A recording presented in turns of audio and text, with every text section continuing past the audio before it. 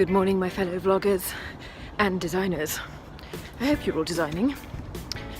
I'm designing rather a lot at the minute, but we'll come to that later. This morning's battle, if you like, is going to be between me and some furniture and between two properties. So here I am today at the first project of the day, and we've had some pickups of some furniture which I've just helped somebody out to their car with them. Very nice gentleman, so that's obviously something which I quite like to do to help out rather than just let all the removal people take care of everything. If I'm meeting somebody on site, especially if they've come to pick up stuff and they've paid already, I will give them a hand. I don't mind getting a little bit physical and helping them take their stuff out to the car, which has just been done. I've had a conversation with a client this morning who's been talking about various other different bits of furniture which have been left over, which you can see sort of behind me. So we've had a discussion about that, and that's actually now going over to a rental property, which is the Regent's Park job, which I've got coming up. So I'm already going over there to meet the lovely Ernest just to price up some work, which I'll show you a little bit about later. So now I'm just going to arrange with the removal company just to quickly, just a couple of men in a van, pick this stuff up, take it out, and then we'll be all clear over here. One of the things that has come up today has been two items that need to be upholstered. I have an armchair and I also have a sofa. Now, these two things you can resell. The only problem with reselling them, if they do not have a care label, specifically a fire retardant label attached to them, then it can be very difficult and almost impossible to sell. So what needs to happen in this case? Well, you can either let them go for free, because some people will take them obviously for free, or you can just reupholster them and reuse them. Yes, it would cost an extra little bit of money, but in this case I think it's worth it. They're both good pieces of furniture and they can be used somewhere else. So the idea is we'll get them all sorted and then they will go into their lovely new homes looking at brand spanking new. When you are selling furniture, it's quite important to actually be realistic about what you're going to get for these prices.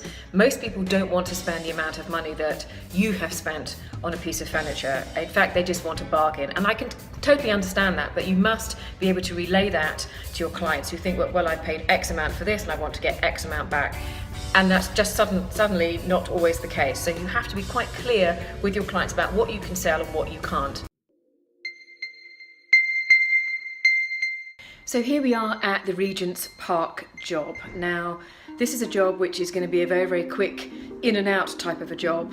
So this is for a very good client, and you've seen in one of the previous episodes, I'll put that up there, the actually walk around of what the actual rooms look like. So this is just going to be a quick paint job. I've had a look around to see whether you need to do the ceiling and the woodwork, and occasionally really with rental jobs you actually don't need to do the woodwork and everything else.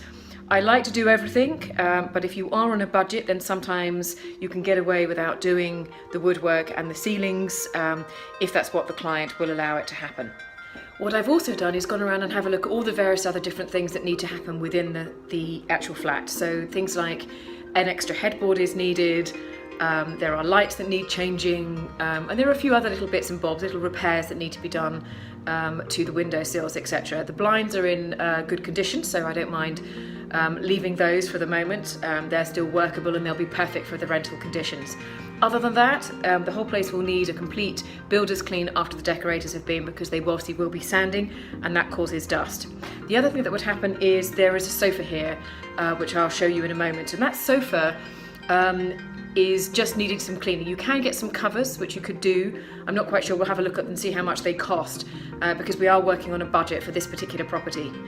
As this is a very basic interior design job, because it's for a rental property, you can afford to just go the simpler the better in your mind when you're deciding what to put in a project such as this.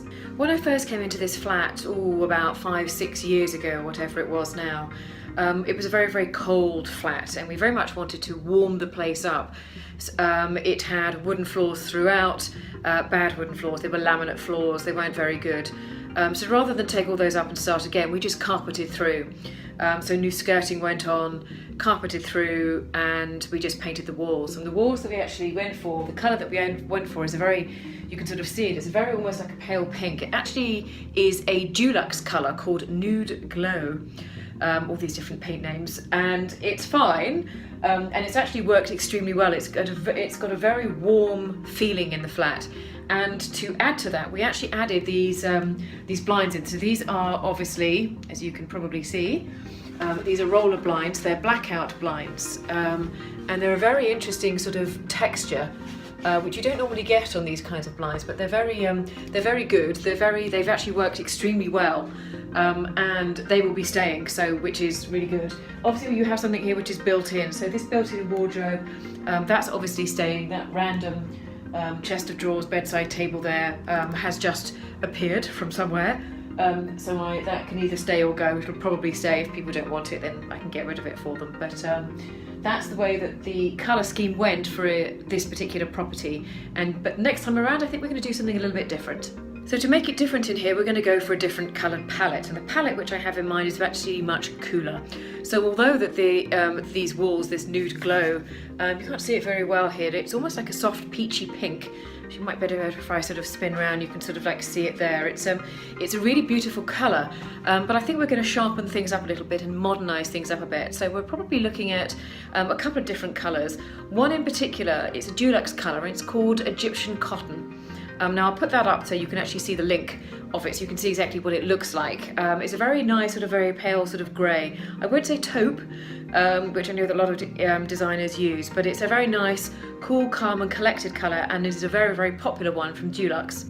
The finishes that we have in the flat are the sort of stainless steel ones, as you can probably imagine. They're on the actual handles that you can probably see here.